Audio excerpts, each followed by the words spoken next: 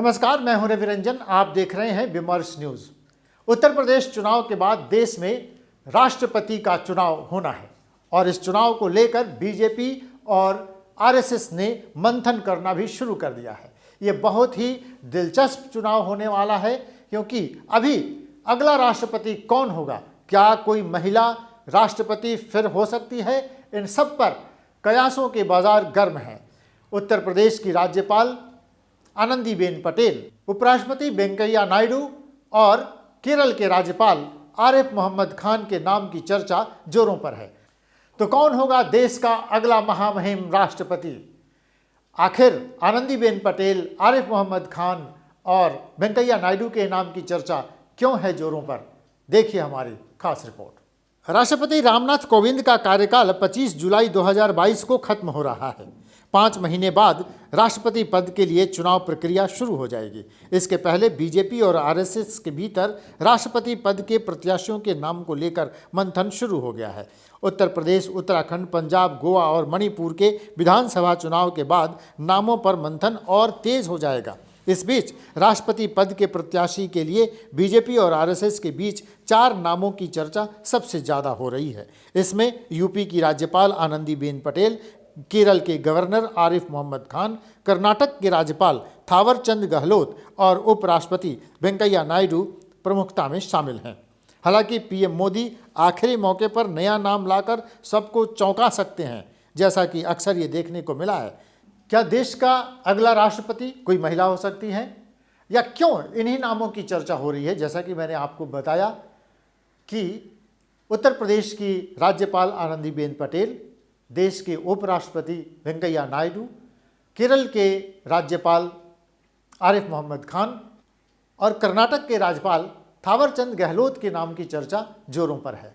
तो आइए एक एक करके जानें कि क्यों इन्हीं नामों की चर्चा हो रही है। देखिए, आनंदीबेन पटेल पीएम नरेंद्र मोदी की बेहद करीबी हैं।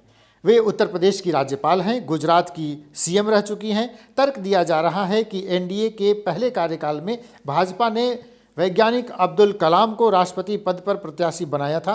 वे राष्ट्रपति बने भी। उसके जरिए भाजपा ने देश और दुनिया में मुस्लिमों को संदेश देने की कोशिश की थी। पीएम मोदी ने अपने पहले कार्यकाल में दलित समाज से आने वाले रामनाथ कोविंद को राष्ट्रपति बनाकर दूसरा बड़ा संदेश दिया। मुस्लिम और दलित के बाद अब भाजपा एक महिला को राष्ट्रपति बनाकर 2024 से पहले महिलाओं में भी एक बड़ा सियासी संदेश देना चाहती है। क्योंकि यूपीए के पहले कार्यकाल में कांग्रेस ने प्रतिभा पाटिल को राष्ट्रपति बनाया था। हालांकि आनंदीबेन पटेल के लिए यह निगेटिव बात है कि उनकी उम्र 80 साल से अधिक है। अब हम चर्चा करें कि क्यों आरिफ मोहम्मद खान की चर्चा हो रही है। केरल के राज्यपाल आरिफ मोहम्मद खान उत्तर प्रदेश के बुलंदशहर के रहने वाले हैं।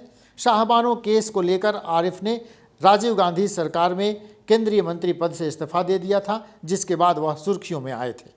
3 तलाक, सीएए जैसे मामलों पर आरिफ हमेशा भाजपा के लिए ढाल बनकर खड़ा रहे हैं। भाजपा उन्हें प्रगतिशील विचारधारा का मानती है। ऐसे में बीजेपी और आरएसएस एक बार फिर से मुस्लिम चेहरे को राष्ट्रपति बनाकर न केवल भारत बल्कि पूरी दुनिया में यह मैसेज देना चाहते हैं कि मुस्लिम विरोधी बीजेपी नहीं है, बल्कि तुष्टीकरण का विरोध वो करते हैं। ये आरिफ मोहम्मद खान के बाद सबसे ज़्यादा चर्चा जिस नाम की है वो है वेंकैया नायडू।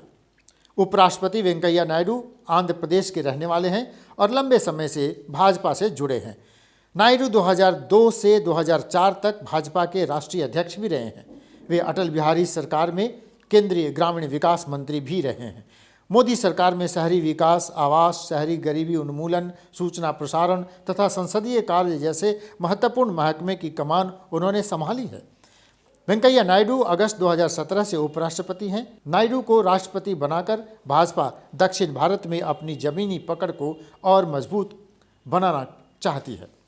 तो चलिए, जिन नामों की चर्चा हो रही है उसमें एक और ख़ास बात है। ख़ास बात यह है कि अब किसी राष्ट्रपति को रिपीट करने की परंपरा अब लगभग खत्म हो गई है, या कहें कि खत्म ही हो गई है। तो कोई राष्ट्रपति रिपीट नहीं हो सकता है। उधर उपराष्ट्रपति वेंकैया नायडू से प्रधानमंत्री नरेंद्र मोदी के रिश्ते बहुत अच्छे हैं। तो इसमें ये कयास लगाए जा रहे हैं कि वेंकैया नायडू अगले राष्ट्रपति हो सकते हैं। केरल के राज्यपाल आरिफ मोहम्मद खान को अगला उपराष्ट्रपति बनाया जा सकता है। इन सब के बीच चर्चा ये भी है कि नरेंद्र मोदी हमेशा ही अपने फैसले से देश को चौंका देते हैं। तो राष्ट्रपति कौन होगा, इस मसले पर भी आखिरी फैसला नरेंद्र मोदी का हो सकता है। नरेंद्र मोदी अंतिम समय में किसी दूसरे नाम की घोषणा कर सकते हैं, इस पर भी चर्चा हो रही है। तो कौन होगा अगला राष्ट्रपति, इस पर हमारी नज़र रहेगी और हर अपडेट हम आप तक पहुंचाते रहेंगे। देखते रहिए विमर्श न्यूज़। नमस्कार।